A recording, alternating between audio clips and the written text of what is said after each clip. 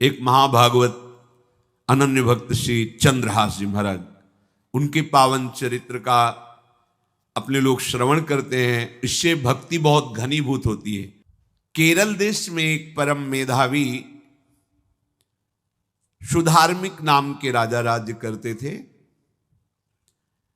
धर्म पूर्वक चलना, प्रजा का पालन करना और भगवान नाम जप करना, शास्त्र विधि से बिल्कुल कभी प्रतिकूल एक भी आचरण जीवन में नहीं किया। तो उनके यहां महाभागवत चंद्रहास जी का प्रादुर्भाव होता है। भगवान के भक्तों का जिस कुल में प्रादुर्भाव होता है, वो कुल, वो ग्राम, वो नगर, वो देश परम पूजनीय हो जाता है। ये महाभाग्यशाली मूल नक्षत्र में प्रकट हुए। लौकिक में अमंगल माना जाता है और भाव में देखो तो मूल कौन है? नक्षत्र भगवान। ऊर्ध्वमूल मधा शाखा मुसत्तम प्राहुरव्ययम। सबके मूल कौन है? श्री भगवान। किस नक्षत्र में पैदा हुए? मूल में, भगवत स्वरूप। और लोक में माना जाता है कि मूलन में पैदा हुआ है लड़का, अमंगल है, कुछ नष्ट ही होगा, संसार बड़ा विचित्र है। जैसे बालक रोता है ऐसे उनकी आवाज में निकला कृष्ण कृष्ण। बड़ा आनंद हुआ सुधार्मिक राजा को कि हमारे कोई महाभागवत पधारा है, क्योंकि ये भजन करके पूर्व जन्म में ऐसी भागवती की स्थिति प्राप्त की कि अबोध अवस्था में ही श्रीमुख से कृष्ण नाम निकल रहा है। आनंद उत्सव मनाया जा रहा है। राजा है, राजकुमार प्रकट हुआ। और दूसरी बात, वो स्वयं भक्त हैं और भगवान का ऐसा भक्त जो जन्म लेते ही कृष्ण नाम उच्चारण किया। ये आनंद ज्यादा दिन टिका नहीं। रोज बधाइयां हो रही, आनंद उत्सव मनाए जा रहे।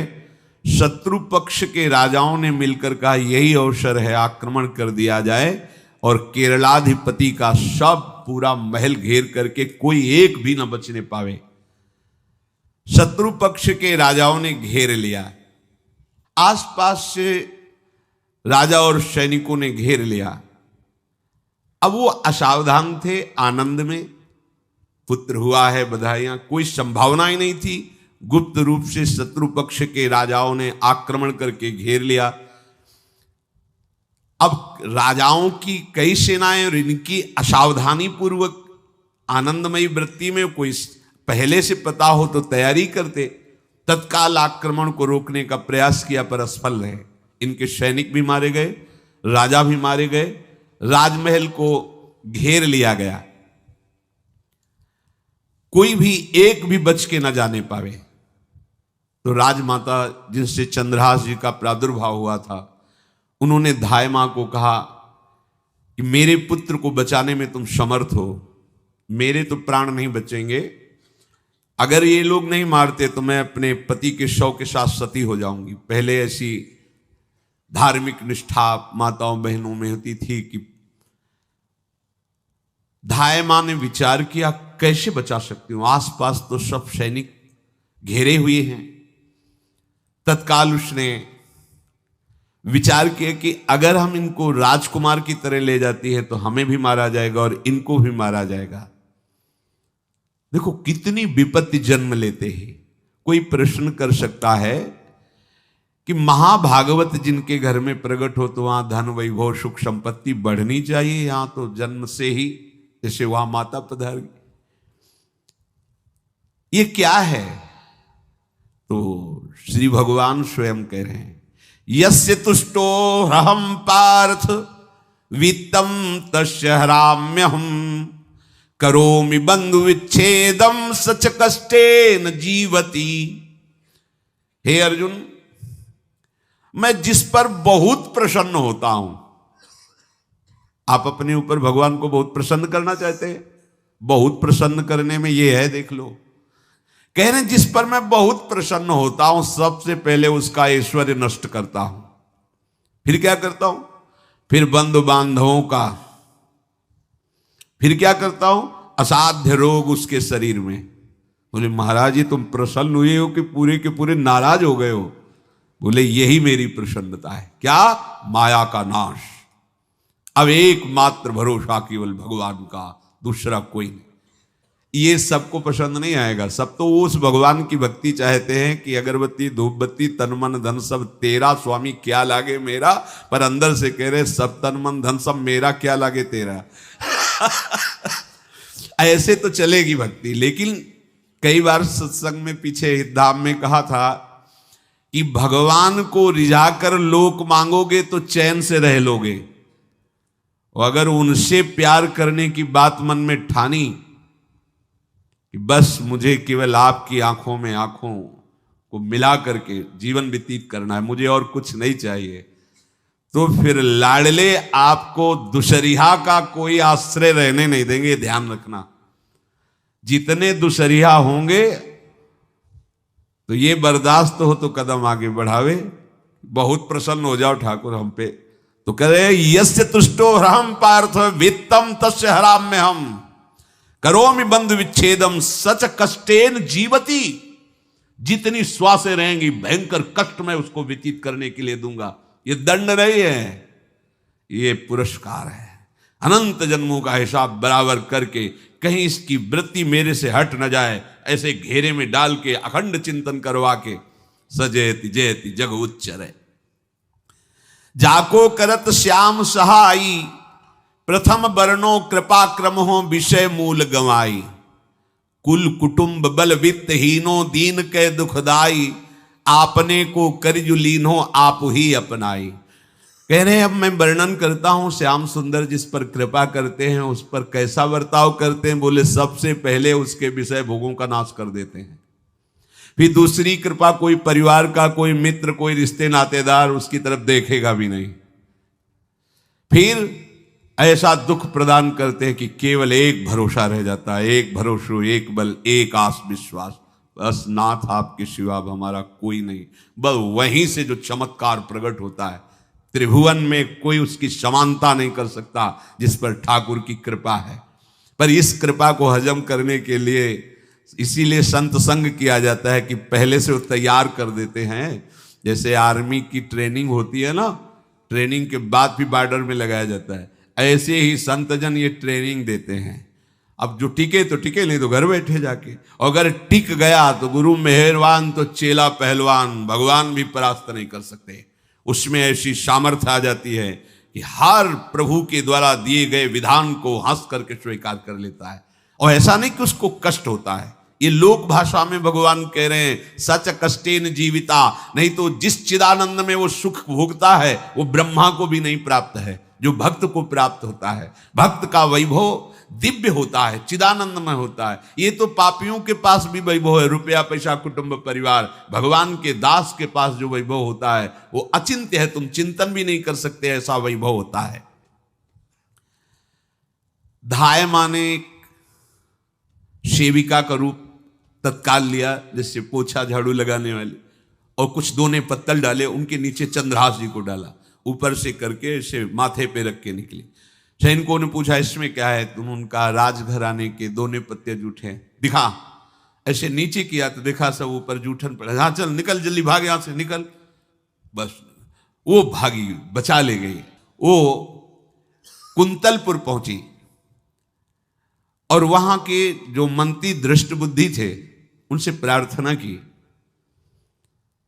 कि मैं सेवा कला में बड़ी प्रवीण हूं और ये मेरा पुत्र है, अगर आपकी कृपा हो जाए तो कुछ समय के लिए हम आपकी सेवा में, महल सेवा में रहेंगी और हमारे पुत्र का पालन पोषण हो जाएगा। उनकी परीक्षा ली गई तो राजघराने की सेविका थी, परम प्रवीण थी, पर उन्होंने ये परिचय नहीं बताया। विधि विधान से राज्य की सेवा में प्रवीण दासी पाकर उसको अच्छा लगा, ठीक है आप रह सकती है। अभी चंद्रहास जी 3 वर्ष के ही थे कि धायमा पधार गई और ये हर समय कृष्ण कृष्ण कृष्ण कृष्ण कृष्ण नाम इनके चलता रहता था। अब जो उनका दुलार करने वाली थी धायमा, वो भी पधार गई तो कौन उनकी तरफ देखे। पर बहुत ही गौर वर्ण, बड़े ही सुंदर। अब वो गलियों में भटकने, निकाल दिया महल से जब धाय मां मर गई, क्योंकि धाय मां की सेवा कारण उनको रखा गया था। 3 वर्ष के बालक गलियों में तो कोई भी माँ देखती उनको तो कोई उनको वस्त्र पहना देती, कोई भोजन करा देती। ऐसे ही भगवान के भक्तों की बड़ी विचित्र लीला होती है। यहां चंद्रहास जी को जो भी माता बहन देखती कुंतलपुर के गलियों में, तो कोई वस्त्र, कोई स्नान करवा देती, कोई काजल लगाती, कोई भोजन पवा देती। परमहंसों जैसा जीवन कट रहा है। कृष्ण कृष्ण कृष्ण कृष्ण। 14 भुवनों में जिनकी अव्याहत गति है, जो सबको देखते रहते हैं, श्री देवर्षि नारद जी। ये कृष्ण कृष्ण बोलता है बालक, और इसका हरि के सिवा कोई नहीं। तो एक दिन एकांत में बैठे हुए थे बालक चंद्रहास जी, नारद जी पधारे हैं, भाई जी से मिले हैं। स्वप्न में कितने महापुरुष मिलते हैं जो भजन ठीक से करते हैं, ये बड़े बड़े महापुरुष आकर के उपदेश करते हैं। ये त्रिकाल सत्य हैं, कोई ऐसा नहीं है कि ये कहानी हैं, अभी हैं। जहां आप भगवत चिंतन करेंगे तो आपको परिचय बड़े बड़े महापुरुषों का मिलने लगेगा। नारद जी आए तो देखा आंख बंद की हुई चंद्रहास जी कृष्ण कृष्ण कृष्ण कृष्ण कृष्ण ऐसा उच्चारण कर रहे हैं। त्रिकालज्ञ सर्वज्ञ नारद जी ने देखा कि ओहो, इतना छोटा बालक और कृष्ण कृष्ण बोल रहा है। नारद जी ने स्पर्श किया दुलार करते हुए, सुनो आंख खोलो। आंख खोल के देखा श्री देवर्षि नारद जी। नारद जी ने कहा देखो, हम तुमको एक अमोघ वस्तु देते हैं, और एक छोटी सी शालिग्राम की इतनी बड़ी शिवग्रह शालिग्राम का जो वो दिया। बोले धो के पी लेना और दिखा के पा लेना, यही तुम्हारी सेवा पद्धति है। अर्थात स्नान करा दिया और जो तुम्हें मिले इनको अर्पित। तो उन्होंने विचार किया कि धोने के लिए, स्नान कराने के लिए पात्र चाहिए, भोग लगाने के लिए पात्र चाहिए। तो जैसे कोई पान की बीड़ी नहीं, तो ऐसे कपोल में शालिग्राम को रखे रहते हैं। कोई पात्री नहीं, कोई सिंहासन ही नहीं, यही धुल गए, चरणामृत अंदर जा रहा, जब पाएंगे तो यही पा लेंगे, साइड में ऐसे करके फिर निकाल के धो। यहां कपोल में रखते छोटे से शालिग्राम चंद्रहास जी, और उपदेश किया भगवान के मंत्र का। जब कोई भगवत प्राप्ति के लिए चलता है तो भगवान ही गुरु रूप से प्राप्त होते हैं, वहां तक तुम्हें पहुंचा देते हैं या उन महापुरुष को आपसे मिला देते हैं। जब कोई भगवत प्राप्ति के लिए जहां चलता है तो ये भगवान अपनी तरफ से कृपा करते हैं। ये दृष्ट बुद्धि के जो महल में धायमान ने इनका आश्रय स्वीकार करवाया था, उसके एक पुत्र थे मदन जी, वो बड़े भागवत थे।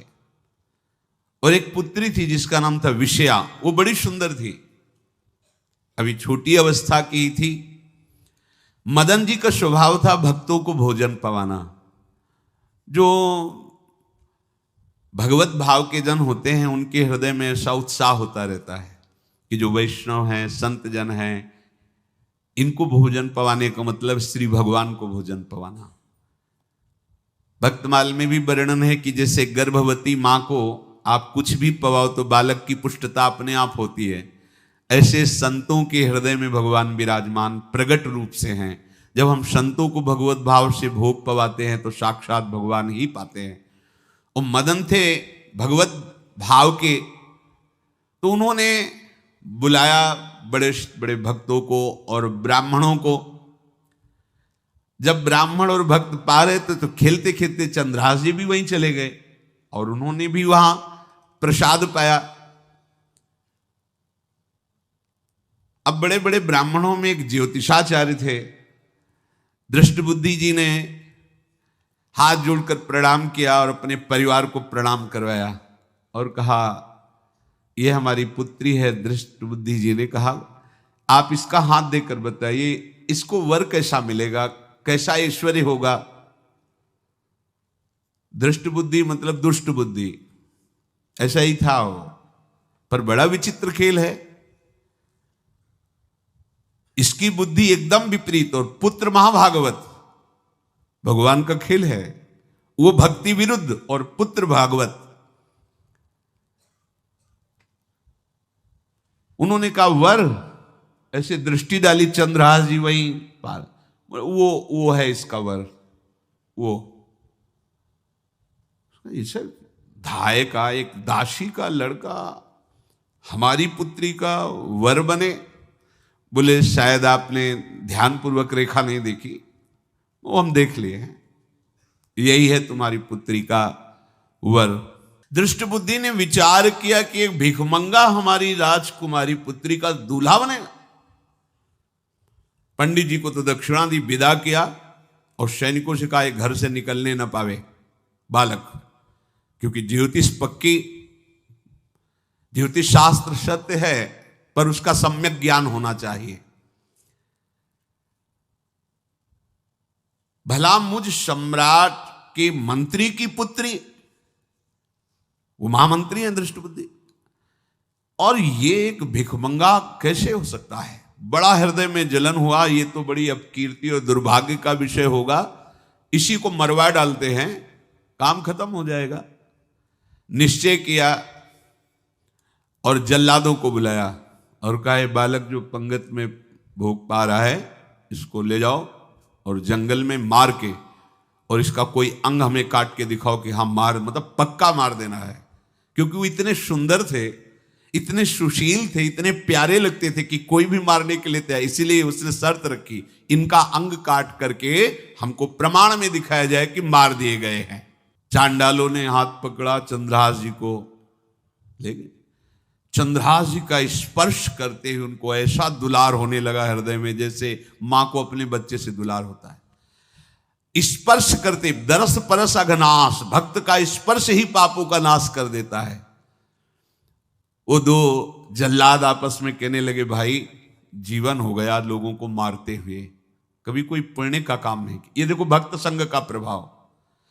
इस सुकुमार विशाल नेत्र, कैसा सुंदर बालक जो हमारे चित्त को चुरा रहा है, इस दुष्ट बुद्धि मंत्री ने आदेश किया मारने का। भला इससे क्या बिगाड़ा इनका, क्यों मारना चाहता है? देखो वैसे तो मां पापी है ही हैं, क्योंकि जल्लाद घर में जन्मे हैं, पूर्व जन्म के पापों के अनुसार इस जन्म में न जाने कितनों को हमने काटा है। पर पता नहीं क्या हो रहा है, मेरे हृदय में ऐसी हिम्मत नहीं आ रही कि इस बालक को मैं मार सकूं। दूसरे ने कहा फिर अगर उसको तुम नहीं मारोगे तो तुम मारे जाओगे, कुछ तो करना पड़ेगा। नहीं नहीं, इस छोटे से बालक से क्या किसी को नुकसान। एकांत जंगल में ले गए और कहा तुम जानते हो हम तुम्हें किस लिए बुलाए हैं? चंद्रहास जी बालक थे, 5 वर्ष की आयु अब हो गई थी, तो उनका मुझे पता नहीं कि आप क्यों लाए हैं। बोले हम जल्लाद हैं, तुम्हें मारने का हुक्म दृष्ट बुद्धि ने दिया है, मारना तो पड़ेगा ही तुम्हें। हमारी इच्छा नहीं कि मारें, पर हम तुम्हें अंतिम बात पूछते, तुम्हें कुछ भी पसंद हो, कुछ भी, तो तुम कहो हम तुम्हारे लिए ला के देंगे, जो तुम्हें चाहिए बोलो, पर हमें वध करना पड़ेगा तुम्हारा। तो उनका मुझे कुछ और नहीं चाहिए, बस थोड़ा सा समय चाहिए। यदि आप मारना ही चाहते हो तो थोड़ा हमारी पूजा है हम कर लें, इसके बाद मार लीजिए। आपको तो बल है, अस्त्र हैं, मैं तो बालक हूं। उनका हाँ हम तुम्हें समय देते, तुम किसी को पुकार भी सकते हो, जो तुम करना चाहो कर सकते हो। चंद्रहास जी का मुझे मृत्यु का भय नहीं, बस कुछ समय दे दी। पूरा महाभारत हो गया था, टिटिहरी के अंडे नहीं फूटे थे। वहीं एक टिटिहरी का, तो टिटिहरी एक पक्षी होती है, टे टे करके उड़ती है, तो उसके अंडों के ऊपर एक हाथी का घंटा हो गया, गिर गया ऐसे, सब पूरा महाभारत में सब नष्ट भ्रष्ट। वो अंडे वैसे सुरक्षित। तो जो प्रभु भारत युद्ध में राखे भरही अंड, सोई मुंह को राखे जो राखत ब्रह्मांड।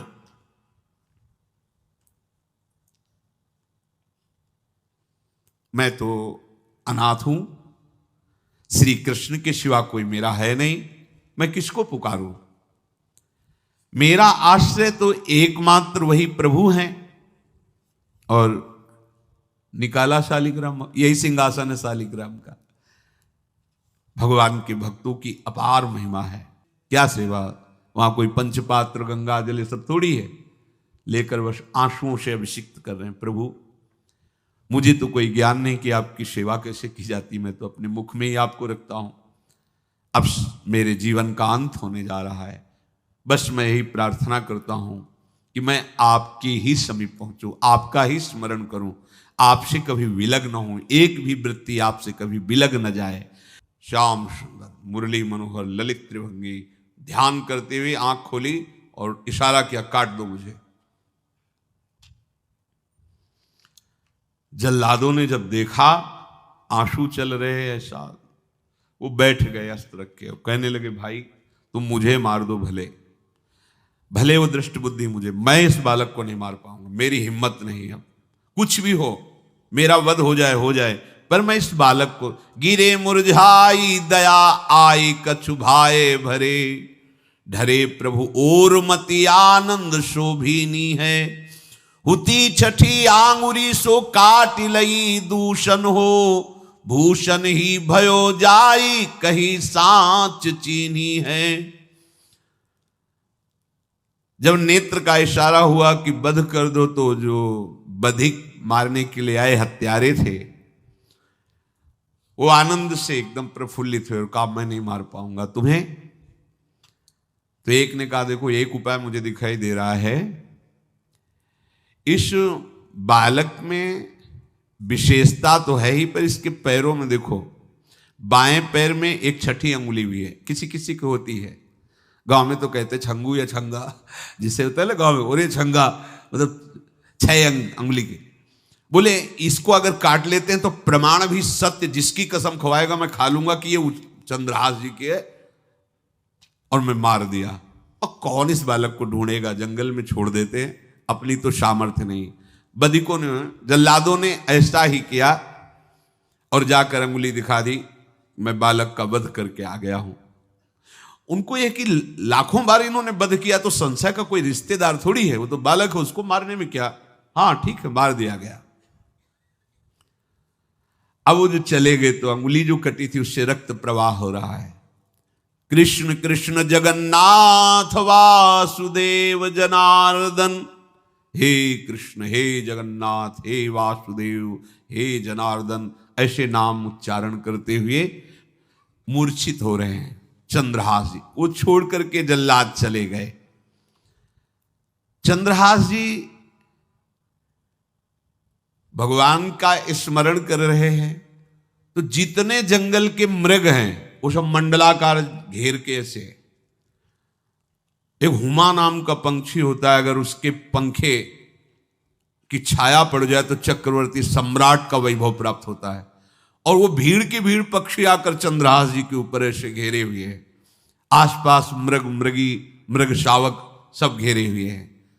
बीच में चंद्रहास जी कृष्ण गोविंद दामोदर माधव ऐसे उच्चारण कर रहे हैं। जो भगवान के चिंतन में मगन रहना अपना स्वभाव बना लेता है, तो देखो ऐसे हत्यारों के हृदय में भी दया गई, क्योंकि दया समुद्र भगवान का स्मरण जो करते हैं उनमें ऐसी महामहिम दिव्यता आ जाती है। कोई भी कितना भी निर्दयी हो, अंदर से वो भले जल रहा है द्वेष के कारण, पर कहीं ना कहीं ये द्वेष आंतरिक राग का सूचक हो। वो भी भक्त को प्यार करता है, पर भक्ति ना होने के कारण वही उसका राग द्वेष में बदल जाता है।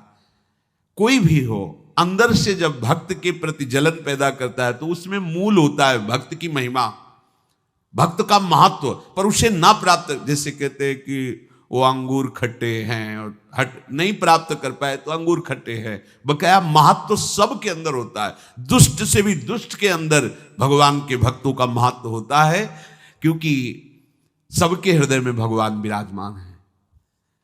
अब चंद्रहास जी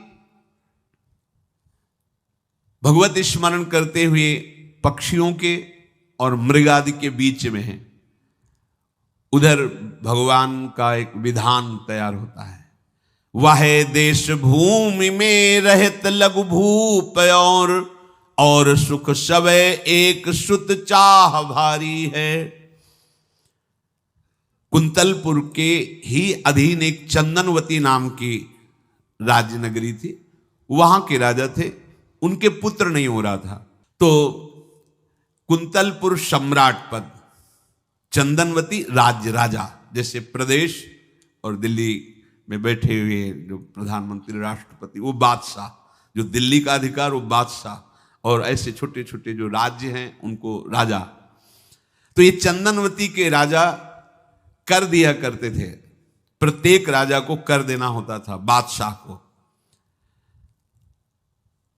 इनके पुत्र था नहीं और कर देने के लिए कुंतलपुर ही जा रहे थे, तो रास्ते में देखा कि बहुत से मृग और पंछी ये घेरे हुए क्या है, तो एक कौतूहल सा कि क्या है बीच में, आसपास मंडलाकार मृग, फिर वो विहंग पक्षी जो भगवान के आश्रित है, भगवान कैसी व्यवस्था करते हैं।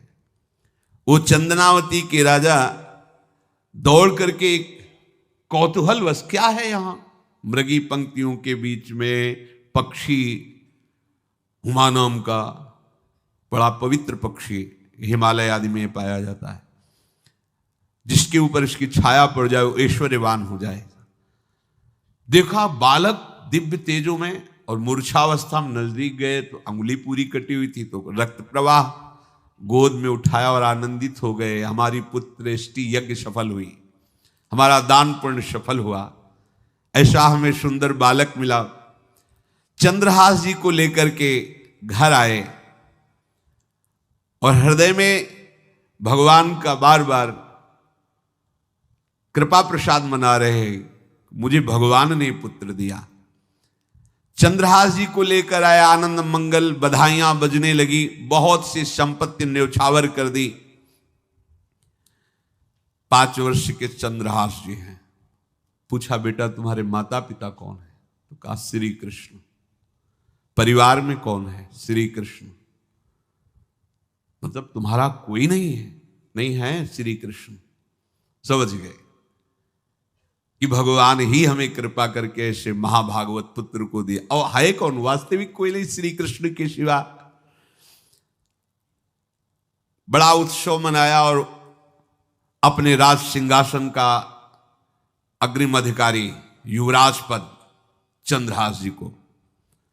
अब तो पूरे राज्य में आनंद की वर्षा हो रही। राजा मन में विचार कर रहे हैं कि ऐसा प्रतापी भक्त हमारे यहां आया है, अब हमको किसी को कर देने की जरूरत नहीं। तो जो हर महीने वर्ष में जो बंधा हुआ कर था उन्होंने नहीं दिया। 1 बार 2 बार 3 बार जब कर नहीं पहुंचा तो सम्राट ने आदेश किया मंत्री को कि चंदनावती से कर आना बंद हो गया है। क्या बात है? यदि वो अहंकार से युक्त हो तो आक्रमण करके नष्ट करो, यदि समस्या है तो उसका सहयोग करो। बादशाह के आदेश से वहां दृष्ट बुद्धि पहुंचे तो युवराज पद पर चंद्रहास जी विराज, जिनको मारने के लिए जल्लादों के हाथ में दे दिया था। पूरे पूर्वासी ऐसा प्रभाव चंद्रहास जी का है कि सब कृष्ण भजन करते हैं, सब आनंद में मगन रहते हैं। चंद्रहास जी थोड़ा सयाने हो गए थे तो पूर्ववासियों को उपदेश देते, 1 बार हमारे राज्य में भोजन पाया जाएगा 24 घंटे में, और सबके घरों से आरती की शंखनाद घंटानाद सुनाई देना चाहिए। सबके यहां शाम के रोज नाम कीर्तन और भगवत कथा होनी चाहिए, क्योंकि आयुष्यम चपलम तादृक जल बुद्बुद सन्निभम चिंतयध्वम जनामूढ़ा माधवम वर्षम सुस्थिरम। भाइयों, ये आयु बड़ी चंचल है, कब शरीर छूट जाए पता नहीं, पानी का बुलबुला कब फूट जाए कोई पता नहीं। इसलिए माधव श्री कृष्ण का नाम कीर्तन, उनकी आरती पूजा, उनका ध्यान और 1 टाइम भोजन पूरे नगर में। अब सोचो कितना भक्ति का प्रभाव होता है। पूरा नगर में, हर घर में आरती पूजा कीर्तन। चक्रवर्ती सम्राट के लक्षण स्वाभाविक चंद्रहास जी में प्रकट होते थे। अब दृष्ट बुद्धि जब वहां गया, देखा युवराज पद पर, पहचाना कि वही बालक है, ये तो चंद्रहास है, क्योंकि काफी समय तो महल में ही रहे थे दाई मां के साथ और अच्छे से पहचान थी। अब उन्होंने विचार किया कि ये तो बहुत अनिष्ट हो गया, हमने तो मारना निश्चित किया था और जल्लादों ने इसको छोड़ दिया और अब तो ये राजा का राजकुमार बन गया। तो राजा से कहा कि पहली बात, युवराज पद पर बैठालने के पहले तुम्हें सम्राट को सूचना देनी चाहिए थी।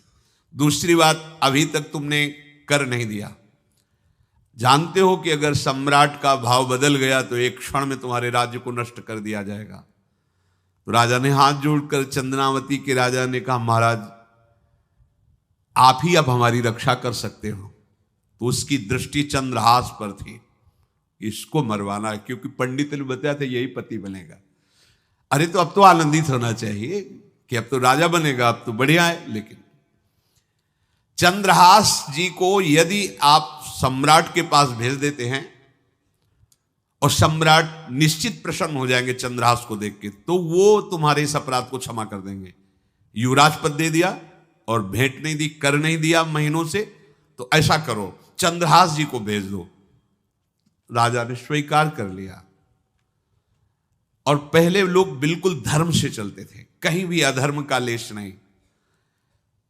एक चिट्ठी लिखी दृष्ट बुद्धि ने और चंद्रहास जी से कहा खोल के पढ़ना नहीं, मेरे पुत्र मदन को देना जाके, और मदन तुम्हें फिर आगे का कार्य सम्राट से मिलाना, माफी करवा देना, ये सब करवा देगा। पर ये चिट्ठी तुम रास्ते में खोल के नहीं देखना। और वैसे भी किसी का पत्र खोल के देखने का धर्म नहीं कहता। अगर कोई पत्र दे तो ये नहीं कि इसमें क्या लिखा है, नहीं, या तो हिम्मत नहीं है, इतनी धैर्य नहीं है तो मत लो। अगर धैर्य है तो हाथ में लेकर जहां तक पहुंचाना है वहां तक पहुंचा दो, नहीं तो वो कार्य ही मत लो। ये अधर्म है कि आप बीच में उसको खोलकर पढ़े। पहले लोग बहुत धर्मात्मा होते थे, एक एक बात धर्मयुक्त होती थी। चंद्रहास जी को चिट्ठी दी, चंद्रहास जी ने पत्र को अपनी पाग में खोस लिया और कुंतलपुर के लिए चले। अब इनका किशोर अवस्था में प्रवेश हो चुका था। एक सुंदर कुंतलपुर के बाहरी रमणीय बगीचा था, वृक्ष बहुत सुंदर सुंदर, पुष्पवाटिका भी, बड़ा मनोरम लगा। घोड़ा बांध दिया वृक्ष में और पहले सरोवर का बड़ा निर्मल जल होता, जल पिया, हाथ मुंह धोया, थोड़ी देर भगवान का ध्यान करते रहे वृक्ष के नीचे और फिर लेट गए तो नींद आ गई। भगवान बड़े कृपालु हैं। जो भगवद आश्रित होता है त्रिभुवन में कोई उसका अमंगल नहीं कर सकता।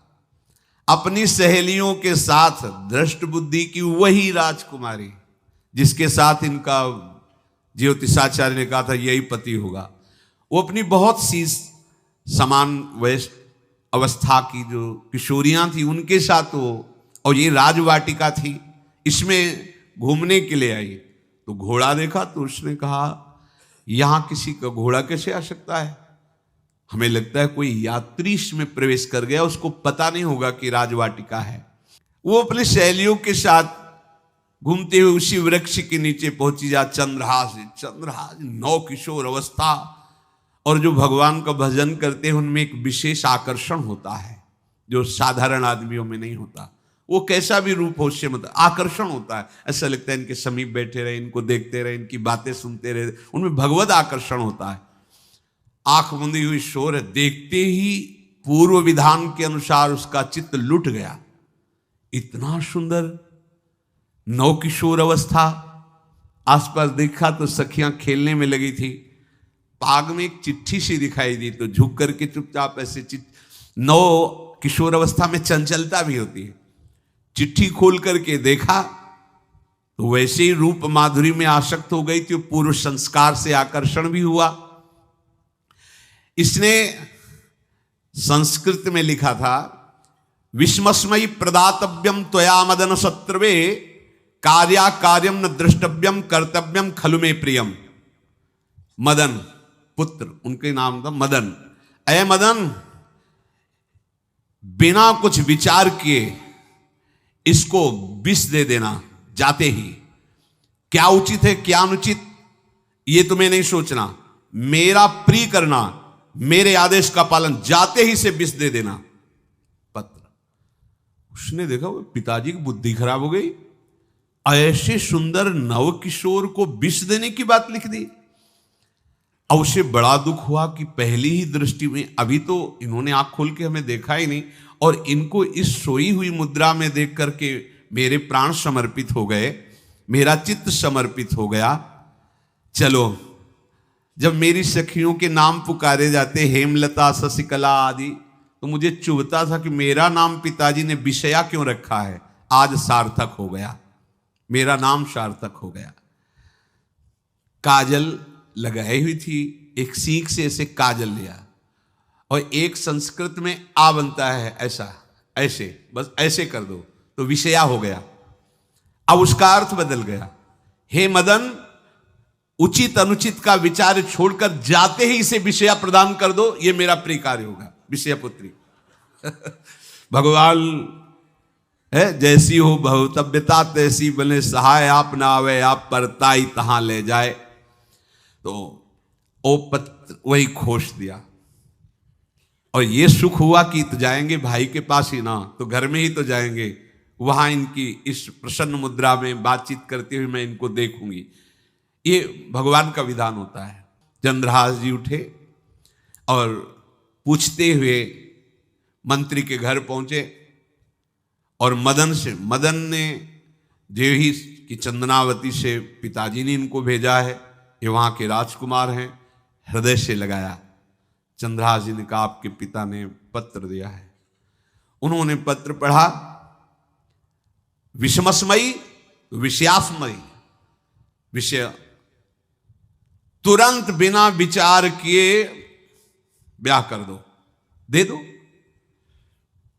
क्योंकि लिखा है प्रदातव्यम त्वया मदन, अभी इसी क्षण जहां ये पत्र मिले, उनका जो आ गया, सुबह शीघ्र शुभम शीघ्र, बुलाओ पंडित को। पंडित ने कहा भगवान की कृपा से अगला मुहूर्त है, बिल्कुल ये ब्याह का पक्का मुहूर्त है। अब तो राजघराने तत्काल व्यवस्था हुई, और वो तो पहले ही मोहित हो चुकी थी देख के विषया जी। तत्काल दुल्हन रूप उनको सजाया गया, इनको दूल्हा रूप सजाया गया, पंडित शुरू कर दिए, गणानंतो अगणपति को ब्याह हो गया। अब जब ब्याह यहां खूब धूमधाम से हो गया, तो दृष्ट बुद्धि ने सोचा कि काम हो गया होगा, विष दे दिया हो गया, मर, अब हम जाके संभाल लेंगे, क्योंकि राजकुमार है, कैसे विष दिया, कौन दिया, तो इस बात को हम संभाल लेंगे। जब वहां घर है तो पूरे नगर में सजावट हुई थी। बोले भैया सजावट का है कि? बोले महाराज आपके ही आदेश से तो है, आपने दूल्हा भेजा था। और दूल्हा भेजा, ब्याह किसने कब कहा ऐसा? बोले तो मदन के पास चिट्ठी रखी है। अब घर गए, मदन को बोला, बोले तुम्हारी बुद्धि मारी गई क्या? हमने पत्र में लिखा था। दिखा दिया, लिखा था हमने, विष, इसमें विषया कैसे लिख गया? काजल से ऐसे, और पहले स्याही काजल की ही होती थी, तो ऐसे भगवान सब कुछ बना देते हैं। उनका पिताश्री एक भी अक्षर आपकी आज्ञा का उल्लंघन, आपने लिखा था बिना विचार किए उचित अनुचित का हमारी आज्ञा का पालन किया जाए। विषया प्रदातव्यम मदन, मेरा नाम लेके आपने संबोधन करके, ये देखो ये लिखा हुआ है, इसमें हमारी त्रुटि क्या है?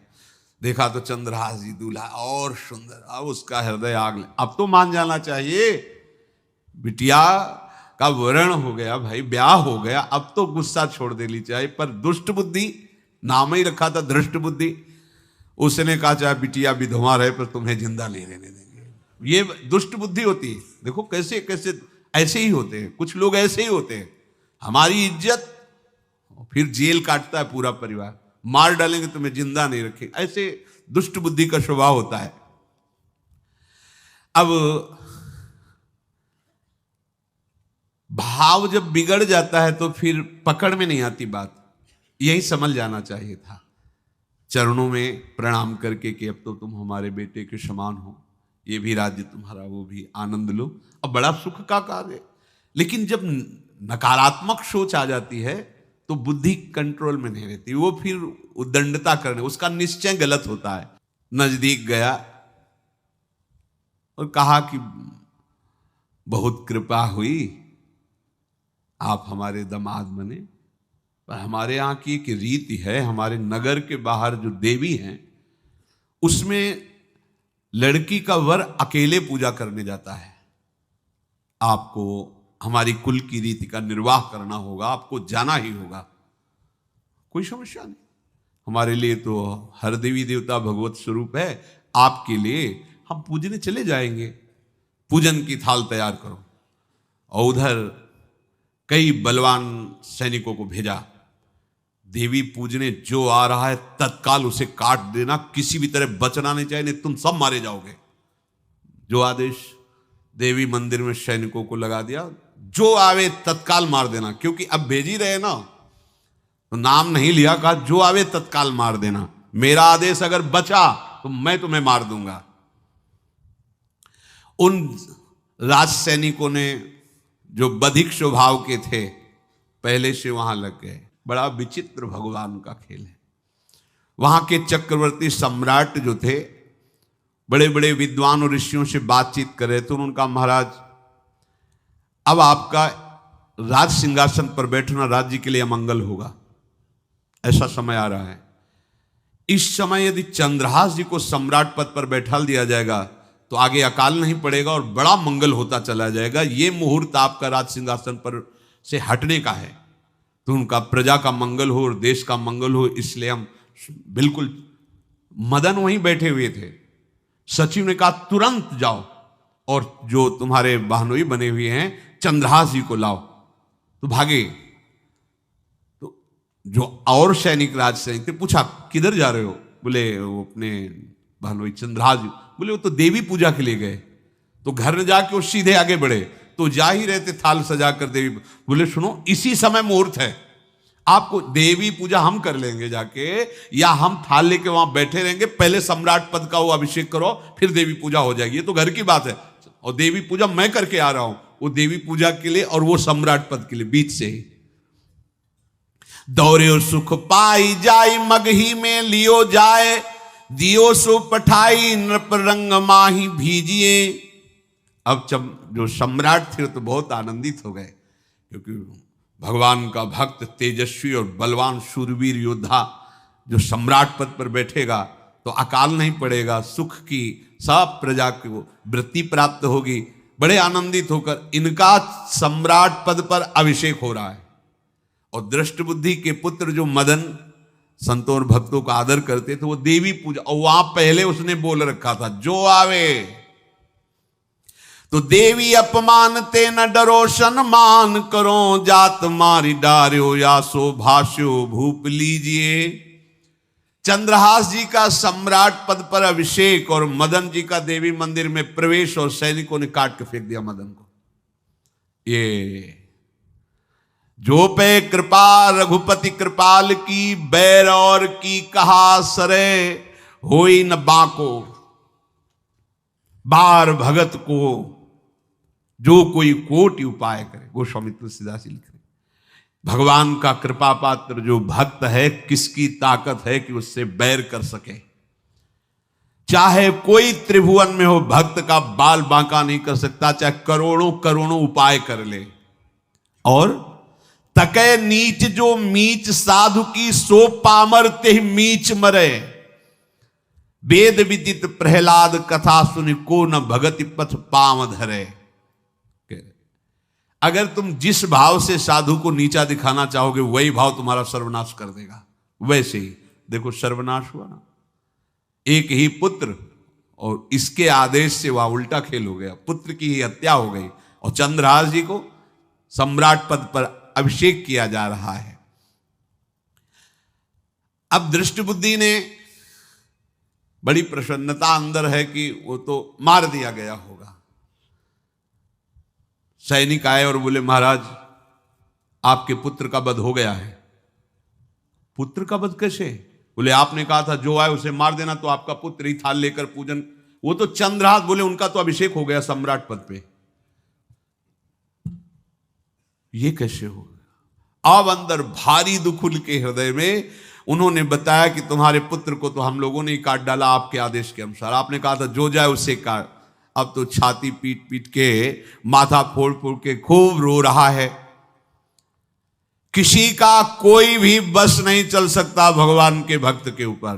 तंत्र मंत्र दुनिया का जितना भी सामर्थ्य है, ये भक्ति को ऐसे खिलवाड़ नहीं है। अब वो बार बार मैं कितना भागी, हाय मैं कितना भागी, अपने पुत्र को ही मरवा दिया, ये हाहाकार करके रो रहा है। चंद्रहास जी ने जब सुना तो उन्होंने कहा अरे मृत्यु तो मेरी निश्चित थी, फिर मदन भैया को वो मेरी मृत्यु प्राप्त हुई।